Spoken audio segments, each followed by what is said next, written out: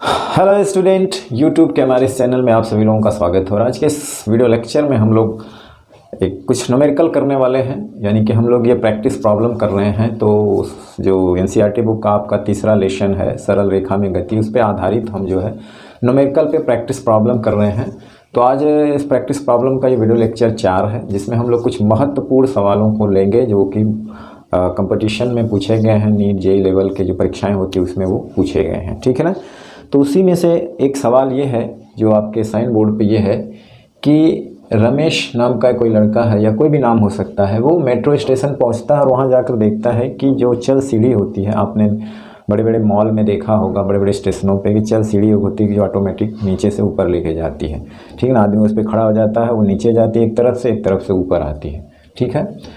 तो वो काम नहीं करती है, तो वो क्या करता है कि पैदल ही नीचे से ऊपर जाता है। तो नीचे से ऊपर जाता है तो नीचे से ऊपर जाने में उसको t1 समय लगता है। मान लीजिए कि नीचे से ऊपर वो h हाइट तक जाता है।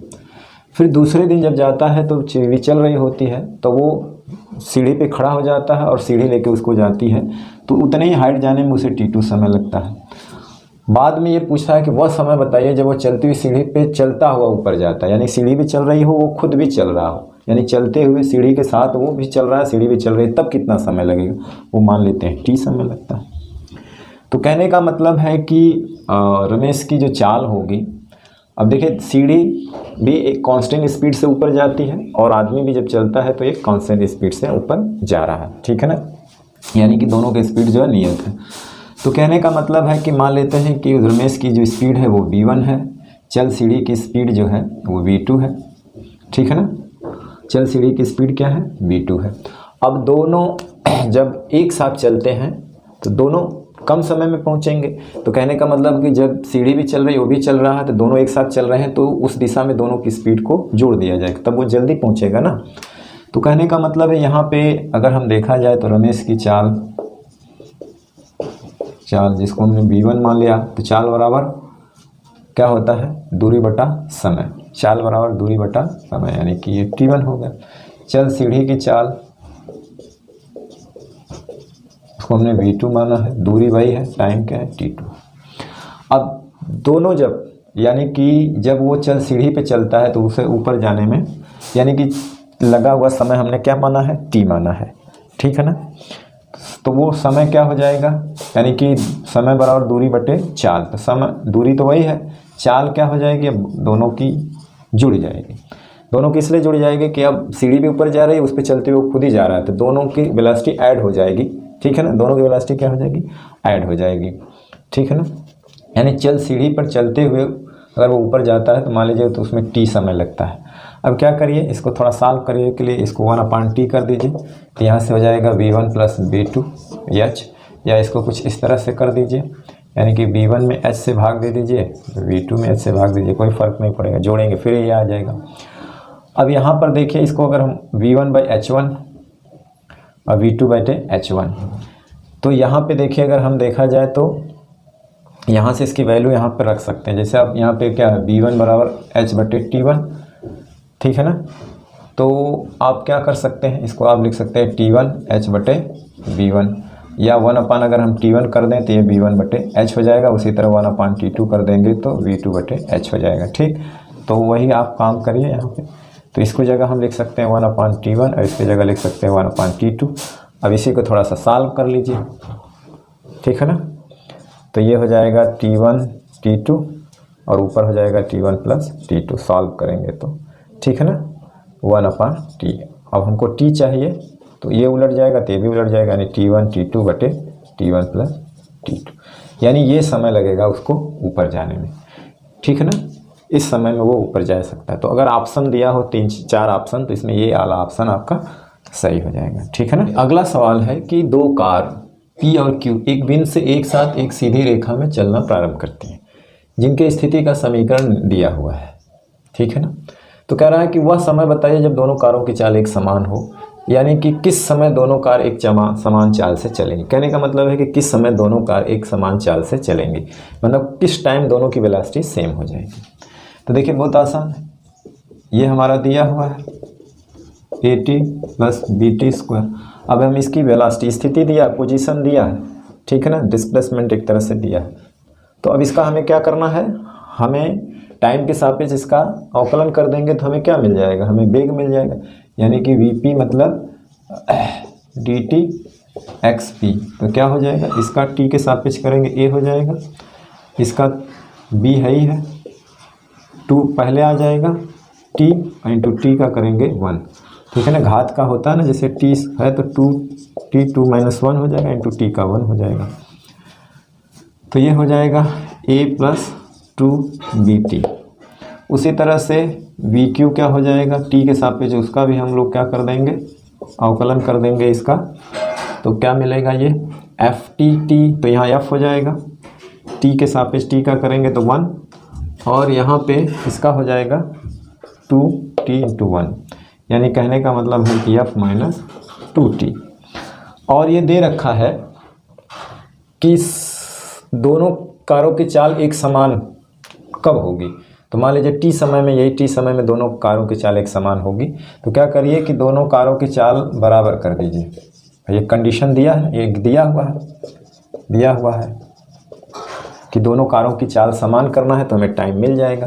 तो क्या करना है, दोनों कारों की चाल को आपको क्या कर दिए, समान, यानी किस समय दोनों कारों की चाल एक समान होगी। तो आप रख दीजिए, ये है a + 2bt और ये है f - 2t। अब यहाँ से t को एक इधर लाइए, a को इधर लाइए, तो हो जाएगा 2bt + 2t और f - a। यहाँ से 2t कॉमन ले लीजिए, तो 2t कॉमन हो गया, तो यहाँ बचेगा b + 1, यही बचेगा। देखिए 2t बाहर हो गया, तो यहाँ से t बराबर हो जाएगा f - a अपान ये 2, या केवल t कॉमन लेना चाहिए था, चलिए 2 बाहर हो गया, b + 1, यानी ये समय, इस समय दोनों की कारों की चाल क्या हो जाएगी, समान हो जाएगी। ये टाइम है, ठीक है ना, इस समय दोनों कारों की चाल क्या हो जाएगी, समान हो जाएगी, ठीक है। तो ये नीट में 2016 में पूछा गया हुआ सवाल है, ठीक। चलिए अगला सवाल है कि एकांक द्रव्यमान का एक कण है, एक सरल रेखा में इस प्रकार गति कर रहा है कि उसका वेग जो है इस समीकरण के अनुसार बदल रहा है, जहाँ b और n, बीटा और n क्या है, नियतांक है, और x कण की स्थिति है। तो कण का त्वरण x के फलन के रूप में क्या होगा, यानी हमको त्वरण पूछा है इसका, और हमें वेग दे रखा है बीटा x के पावर -2n, ये दे रखा है, और हमें एक्सेलरेशन पूछा है, वो भी x के रूप में पूछा है, ठीक है ना। तो जानते हैं एक्सेलरेशन होता है dv/dt, चूँकि जो वेलोसिटी है वो x के फॉर्म में दी है, ठीक है ना। तो यहाँ पे हम t के सापेक्ष इसका इंटीग्रेशन करेंगे तो सब कांस्टेंट आ जाएगा t के सापेक्ष। तो इसको हम क्या करते हैं कि हमने एक चीज़ और पढ़ा है इसमें कि dx से ऊपर नीचे गुणा कर सकते हैं, यानी कि dx/dt कर दिया, यहाँ पे dv/dx कर दिया, बात वही है, dx तब भी कट जाएगा, ठीक है ना। अब इसको हम लिख सकते हैं, हालांकि ये चीज़ किया हुआ, आप इसको डायरेक्ट ये लिख सकते हैं, ये किया हुआ है पीछे, ठीक है ना। अब यहाँ पे जो है आप v की वैल्यू जो है, यहाँ पे v की वैल्यू तो दिया हुआ, आप इसको रख ही सकते हैं यहाँ पे, तो यहाँ पे रखना चाहिए, v रहने दीजिए, बाद में रख देंगे। अब इसका डिफ्रेंसिएशन कर दीजिए x के सापेक्ष, तो देखिए बीटा है, बीटा रहेगा कांस्टेंट है। अब x के पावर पहले आ जाएगी -2n इंटू x पावर में से क्या होता है, -1 घटता है, और फिर x का करेंगे x के सापेक्ष तो 1 हो जाएगा। तो होगा क्या, यहाँ पे v है -2n बीटा v x के पावर -2n -1, ठीक, ये होगा। अब यहाँ पे v की वैल्यू रख दीजिए, तो ये क्या हो गया, v हमारा क्या है, यहाँ पे बीटा x के पावर -2n, फिर x है -2n -1। अब यहाँ पे क्या होगा, बीटा 2 बार हो गया, तो हो जाएगा 2n बीटा स्क्वायर, आधार समान है, घातें जुड़ जाएंगी, तो ये हो जाएगा -4n -1। तो ये होगा एक्सेलरेशन, ठीक है ना। बहुत ज़्यादा कठिन सवाल नहीं था, सिंपल, ठीक है। यहाँ पे थोड़ा सा यही वाली चीज़ को ध्यान देना था। तो ये जो हो जाएगा उसका x के रूप में, देखिए उसका एक्सेलरेशन आ गया, किसके रूप में है, x के रूप में इसका एक्सेलरेशन आ गया, ठीक है ना। चलिए चलिए अगला सवाल ये है कि यदि सदिश, यानी यहाँ पे दो सदिश दिए हैं, एक सदिश ए है जो cos omega t i cap plus sine omega t j cap, दूसरा सदिश जो है cos omega t by two i cap plus sine omega t by two j cap समय के फलन है, यानी दो वेक्टर हैं जो टाइम के फंक्शन है। कह रहा वह समय ज्ञात कीजिए जब दोनों वेक्टर परस्पर लंबवत हों तो वो टाइम ज्ञात करना। दोनों वेक्टर जब परस्पर लंबवत हों तो किस समय दोनों वेक्टर परस्पर लंबवत होंगे ये बताना, ठीक है ना। तो जाहिर सी बात है कि दो वेक्टर परस्पर लंबवत होते हैं तो एक कंडीशन हम लोगों ने वेक्टर में पढ़ा हुआ है कि दो वेक्टर्स अगर ऑर्थोगोनल होंगे एक दूसरे के तो उनका डॉट प्रोडक्ट जीरो होगा। उनका डॉट प्रोडक्ट क्या होगा? ज़ीरो होगा। ये चीज़ हम लोगों ने वेक्टर में पढ़ा हुआ है।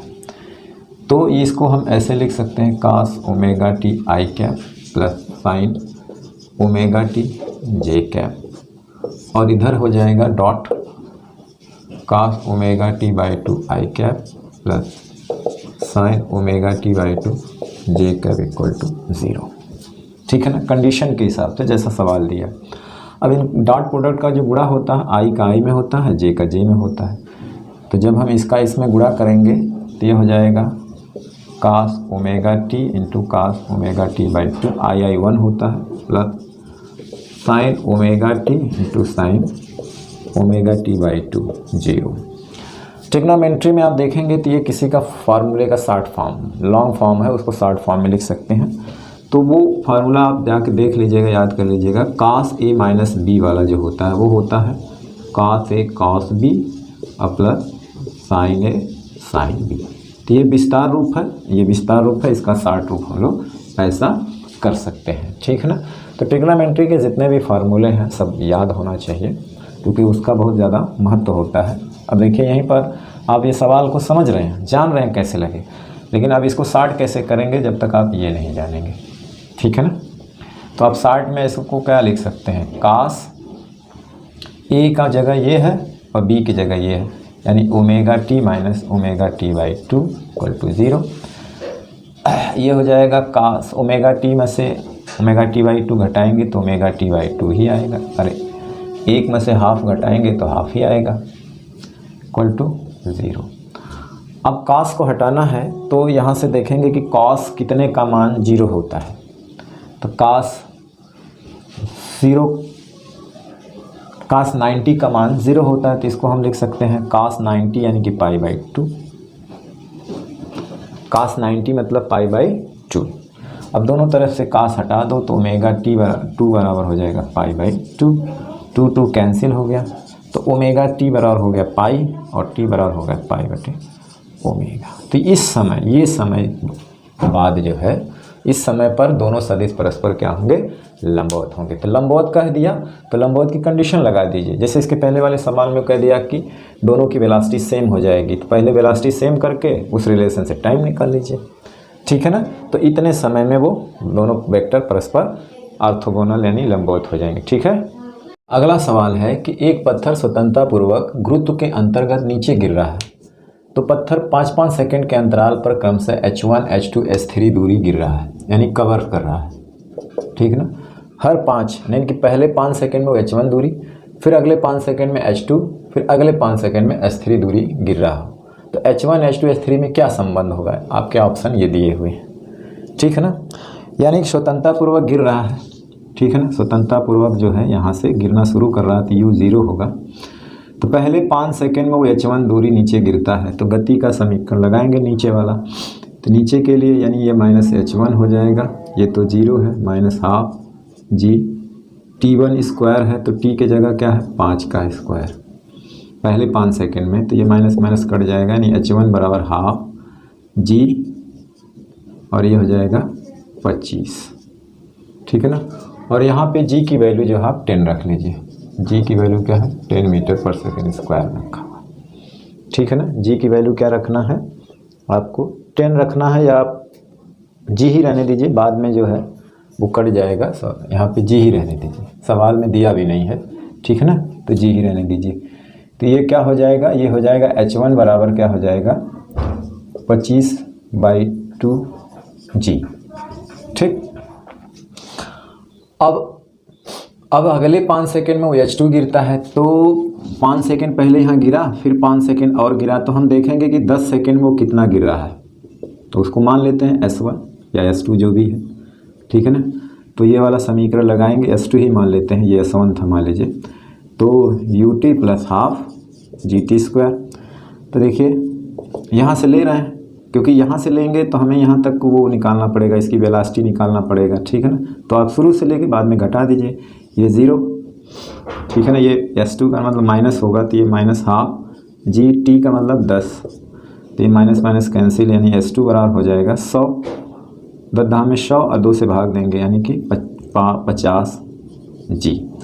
तो देखिए यहाँ तक S2 है, यहाँ तक H1 है, और ये अगले यहाँ से यहाँ तक गिरा, तो S2 में से H1 घटा देंगे।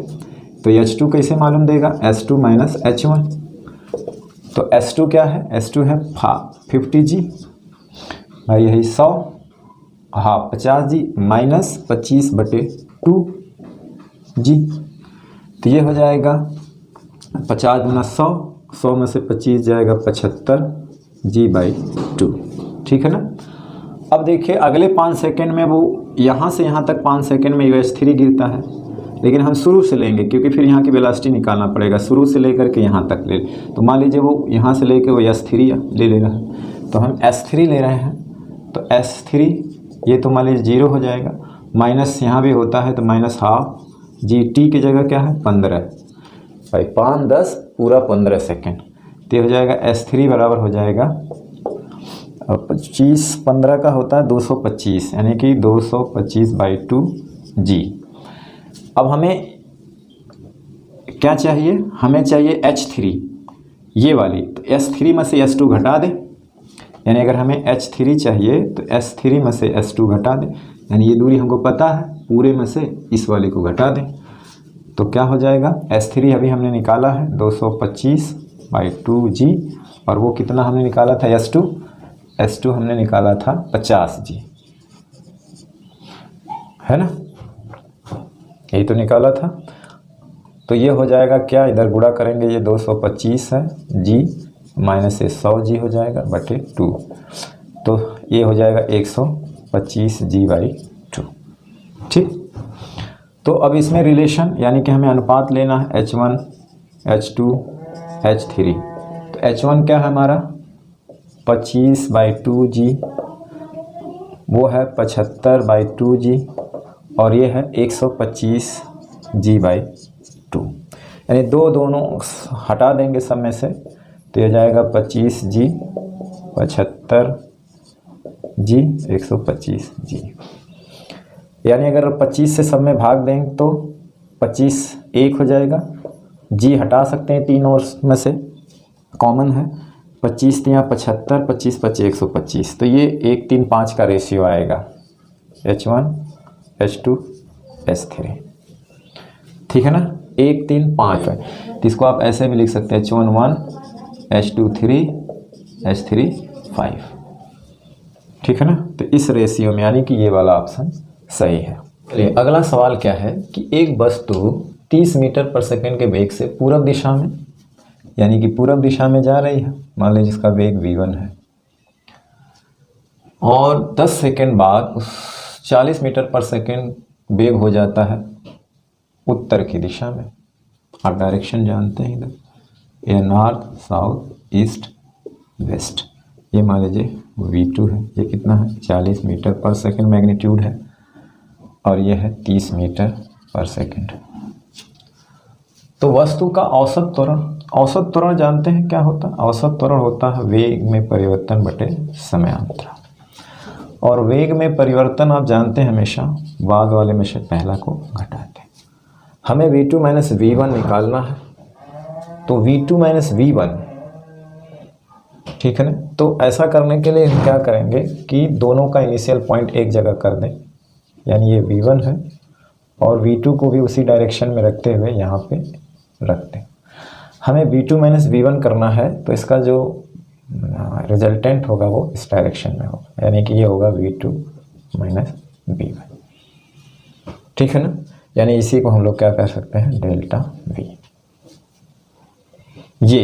ये हो गया डेल्टा v, और ये कितना होगा, तो उसका मैग्नीट्यूड से पता चलेगा वो कितना होगा। आप अगर निकालना चाहें उसके हिसाब से, इसको मान ली डेल्टा वी हमने मान लिया, तो जाहिर सी बात प्रथम वेक्टर, द्वितीय वेक्टर और परिणामी इस तरह से होता है, यानी कि v1 में डेल्टा वी अगर हम जोड़ें तो हमें v2 मिलेगा, दो वेक्टरों का योग। तो यहाँ से हमें डेल्टा वी चाहिए तो हमें क्या मिला, v2 माइनस v1।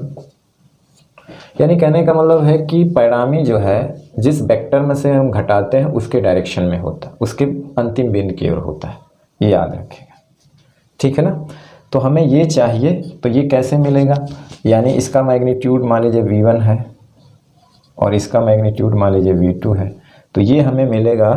तो आप ये चाहिए, तो ये समकोण त्रिभुज है ना, तो हमें ये कर्ण चाहिए, मैग्नीट्यूड मतलब ये चाहिए, तो आधार का वर्ग धन लंब का वर्ग, यानी कि डेल्टा वी का मैग्नीट्यूड चाहिए, ये हो जाएगा v2 स्क्वायर v1 स्क्वायर, यानी हो जाएगा 40 का स्क्वायर 30 का स्क्वायर, 4 का स्क्वायर हो जाएगा 1600 और ये हो जाएगा 900, यानी अंडर रूट आएगा ये 2500, यानी कि 50 मीटर पर सेकेंड।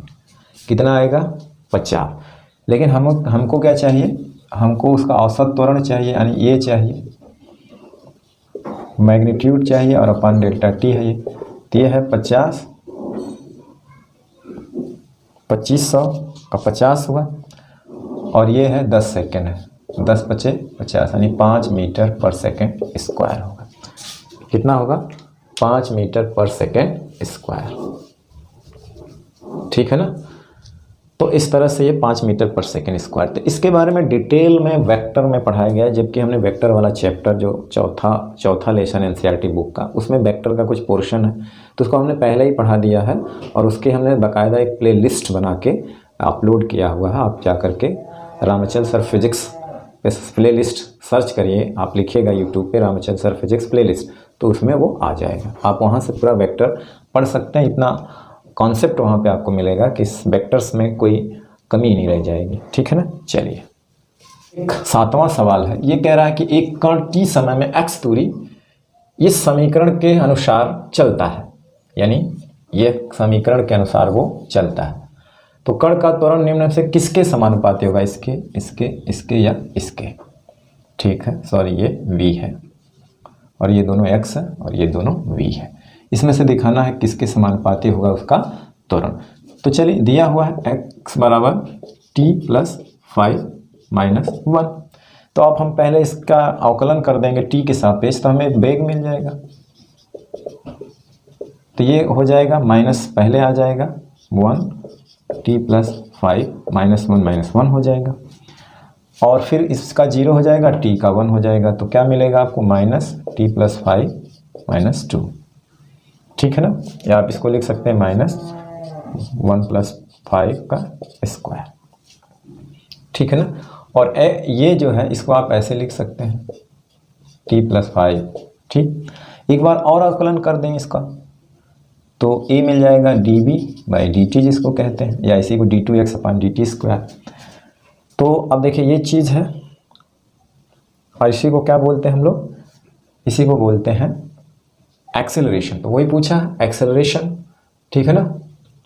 तो हमने वेग निकाला, वेग ये आया, ठीक, यानी यही चीज़ आई मान लीजिए। चलिए, इसको तो बाद में हम लिख सकते हैं, फिर इसका इंटीग्रेशन करना है हमको। तो देखिए, माइनस पावर पहले आएगा, तो ये इसको प्लस कर देगा, यानी कि 2t + 5 -2 है, या -1 हो जाएगा, ठीक। तो आप इसको ऐसे लिख सकते हैं 2, और ये हो जाएगा t + 5 का पावर, ये -3 था तो यहाँ पे 3 हो जाएगा, ठीक है ना। यानी कि ये सही है। तो हमारा एक्सेलरेशन जो आया वो 2/t + 5q आया, ठीक है ना। ये माइनस इधर आएगा, माइनस पहले से, ये प्लस हो जाएगा, फिर पावर में से 1 घटाते हैं, ये हो जाएगा, फिर 5 का 0 और t का 1 हो जाएगा, तो ये हो गया, ठीक। अब इसको ऐसे थोड़ा सा सेट करना है, ठीक है ना। अब देखिए v की वैल्यू, v क्या है हमारा, v ये है, v ये है, यानी हमारा जो v मिला है वो मिला है -1/, अगर देखा जाए तो t के बटे 5 स्क्वायर, ठीक है ना। अब देखिए इसी को थोड़ा सा हम सेट करेंगे, ठीक है। चलिए अब इसको क्या लिख सकते हैं, आप इसको लिख सकते हैं 2, 5 रखिए यहाँ पे और इसको रख दीजिए t/5 का स्क्वायर। तो आप 1 अपान ये माइनस लगा है, इसका नहीं, मैग्नीट्यूड से नहीं मतलब है। तो 1/t+5 का होल स्क्वायर को हम लोग क्या लिख सकते हैं, यही v लिख सकते हैं या -v लिख सकते हैं, एक तरह से देखा जाए तो, अगर देखा जाए तो हो जाएगा 2/t+5 और इसको लिख सकते हैं -v। अब देखिए यहाँ पर क्या हो सकता है, 2 बटे, तो यहाँ 2 रखिए और 1/t+5 को क्या लिख सकते हैं, और यहाँ पे ये तो -b है ही है, इसको क्या लिख सकते हैं 1 अपान। अब जैसे आपको पता है कि 1/t+5 का होल स्क्वायर को आप b लिख सकते हैं, या दोनों ओर से वर्गमूल ले लीजिए, तो 1/t+5 को हम लोग √v लिख सकते हैं। तो यहाँ पे क्या है, इसको √v लिख दीजिए। चलिए यहीं पे देख लीजिए, तो ये हो जाएगा a = 2 है ही है, और ये हो जाएगा √v और ये -b है ही है। तो इसको आगे लगा लीजिए, 2 माइनस मैग्नीट्यूड से मतलब है, तो माइनस तो केवल डायरेक्शन के लिए हो सकता है, मंदन हो। तो ये v का पावर ½ और ये b का पावर 1, यहाँ हो जाएगा -2 b के पावर 3/2। तो ये चीज़ तो कांस्टेंट है, तो एक्सेलरेशन हो गया वेग का 3/2 के समानुपाती, यानी वाला ऑप्शन सही है, ठीक है। अगला सवाल है कि एक कण x एक्सिस के अनुदिश गति कर रहा है, जिसका त्वरण t समय पर f है, जो दिया है, ये है ना, एक समीकरण द्वारा दिया गया है, t समय पर f दिया है ये, जहाँ पे f0 या f0 और कैपिटल T जो है नियतांक, कण की t = 0 पर वेग 0 है, तो t = 0 तथा उस क्षण जब f 0 हो तो कण का वेग क्या होगा। तो हमारा जो समीकरण दिया है वो यह दिया है, ठीक। और यह है एक्सेलरेशन, और जानते हैं कि एक्सेलरेशन होता है dv/dt, हमें यही चाहिए, तो इसके जगह हम लिख सकते हैं dv/dt f0, ठीक। यहाँ से आप कुछ dv बराबर हो जाएगा f0 1dt। अब दोनों ओर का इंटीग्रेशन कर दीजिए, तो ये इसका हो जाएगा v x डायरेक्शन में। चलिए, और यहाँ पर देखिए f0 और कैपिटल T कांस्टेंट, ठीक है ना।